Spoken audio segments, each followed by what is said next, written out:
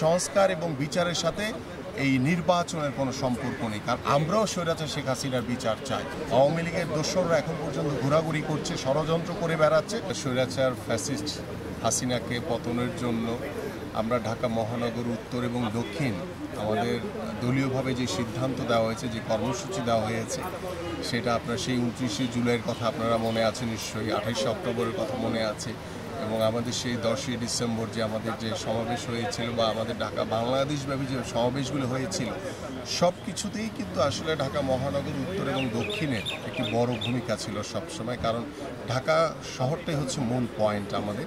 তো সেই জায়গা থেকে আমার কাছে মনে হয় যে আমরা ঢাকা মহানগর উত্তর এবং দক্ষিণ আমাদের মাননীয় ভারপ্রাপ্ত চেয়ারম্যান মহোদয় যেভাবে আমাদেরকে নির্দেশনা দিয়েছেন এবং আমাদের দলীয়ভাবে সাংগঠনিকভাবে তৃণমূল পর্যায়ে ইতিমধ্যে আপনারা দেখেছেন যে আমরা রমজান মাসব্যাপী আমরা কিন্তু ঢাকা মহানগরীতে কোনো ইফতার করিনি, আমরা থানাতে কোনো ইফতার করিনি, আমরা ওয়ার্ড লেভেলে কোনো ইফতার করিনি কোনো নেতৃবৃন্দর জন্য।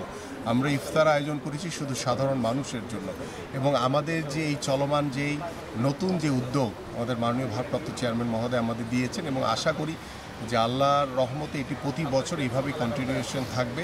এবং পাশাপাশি তৃণমূলের কাছে পৌঁছে যাওয়ার জন্য কিন্তু আমরা আমাদের যে 31 দফার যে রাষ্ট্র কাঠামো মেরামতের আমরা কিন্তু প্রত্যেকটি থানায় থানায় আপনারা দেখেছেন যে 26টি থানায় আমরা দীর্ঘ সময় নিয়ে আমরা কিন্তু এই রাষ্ট্র কাঠামো মেরামতের 31 দফার যে কর্মপরিকল্পনা আমাদেরকে দিয়েছেন, সেই পরিকল্পনা কিন্তু আমরা একদম সাধারণ মানুষের কাছে রুট লেভেলে কিন্তু পৌঁছে দিয়েছি। এবং আমাদের এই যে ঈদের পরে আমরা ইনশাআল্লাহ 10 তারিখের পরে আমাদের সেই থানার যে রাষ্ট্র কাঠামো মেরামতের যে কর্মপরিকল্পনা আমরা পৌঁছে দেওয়ার চেষ্টা করেছি, সেইটা আমরা ওয়ার্ড লেভেলে নিয়ে যাব এবং তারপরে এটা ইউনিট লেভেলে যাবে। এভাবে কিন্তু আমরা একদম তৃণমূল পর্যন্ত ছড়িয়ে দিচ্ছি। আর বিএনপির ঢাকা মহানগর উত্তরের যে সাংগঠনিক অবস্থা আপনারা জানেন যে আমাদের 26টি থানা কমিটি আমরা সেই স্বৈরাচার ফ্যাসিস্ট আমলেই দলকে সুসংগঠিত করার জন্য দিয়েছিলাম। আমাদের 71টি ওয়ার্ডের যে কমিটি, পূর্ণাঙ্গ কমিটি, সেখানে আমাদের কিন্তু নির্বাচিতভাবে এখন পর্যন্ত সেই কমিটি রয়ে গেছে এবং আমাদের 620টি ইউনিট কমিটি দেওয়া আছে। এবং আমরা পর্যায়ক্রমে আরও নতুন কিছু বিষয় আমরা মাথায় নিয়েছি, সেই বিষয়গুলি পর্যায়ক্রমে আপনারা জানতে পারবেন। এবং তৃণমূলকে, কারণ আমাদের মূল শক্তি হচ্ছে তৃণমূল, সেই তৃণমূলকে শক্তিশালী করার জন্য আমাদের প্রতিদিনই আমাদের কিছু না কিছু কার্যক্রম আমরা সাধারণ মানুষ এবং আমাদের সেই নেতাকর্মীদের কাছে পৌঁছে দিচ্ছি। আপনি এখন অনেক বেশি গোছানো, এরপরও আসলে কি আহ্বান থাকে আপনাদের অন্তর্বর্তীকালীন সরকারের প্রতি? আমরা একটি বিষয় খুব স্পষ্ট, কারণ গত 17 বছর আমাদের যে যুদ্ধ, যে সংগ্রাম এই স্বৈরাচারের বিরুদ্ধে, সেটা কিন্তু বাংলাদেশের গণতন্ত্রকে পুনরুদ্ধার করার জন্য।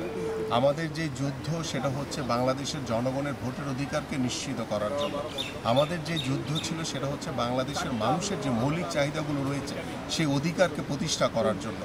আমরা স্বৈরাচার শেখ হাসিনা মুক্ত হয়েছি, কিন্তু পরিপূর্ণভাবে এখন পর্যন্ত স্বৈরাচার মুক্ত হতে পারেনি। আমরা গণতন্ত্রের দ্বার প্রান্তে পৌঁছেছি, কিন্তু পরিপূর্ণভাবে গণতন্ত্র প্রতিষ্ঠিত করতে পারিনি। সেটি তখনই সম্ভব যখন বাংলাদেশের মাটিতে একটি অবাধ সুষ্ঠু নির্বাচন হবে। সেই নির্বাচনে জনগণ ভোট দিবে, সেই জনগণের ভোটে একটি নির্বাচিত সরকারই পারবে পরিপূর্ণভাবে গণতন্ত্র প্রতিষ্ঠিত করতে, পরিপূর্ণভাবে স্বৈরাচার মুক্ত করতে। এবং পাশাপাশি যে মূল যে বিষয়টি, যে এই সংস্কারের যে একটি ইস্যু আমরা অনেক দিন 5ই আগস্টের পরে বিষয়টি শুনছি, কিন্তু এই সংস্কারের বিষয়টি কিন্তু আমাদের মাননীয় ভারপ্রাপ্ত চেয়ারম্যান 2023 সালের 13ই জুলাই তিনি জাতির উদ্দেশ্যে উপস্থাপন করেছিলেন। এবং সেই রাষ্ট্র কাঠামো মেরামতের যে সংস্কার দরকার, সেটি এই 5ই আগস্টের পরে এই অন্তর্বর্তীকালীন সরকার যেভাবে চায়, আমরাও একইভাবে চাই।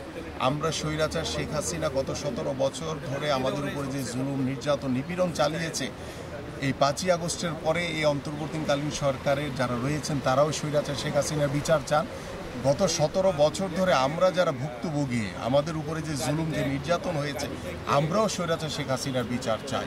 কিন্তু এই সংস্কার এবং বিচারের সাথে এই নির্বাচনের কোনো সম্পর্ক নেই, কারণ নির্বাচন এটি বাংলাদেশের মানুষের একটি অধিকার, একটি দাবি।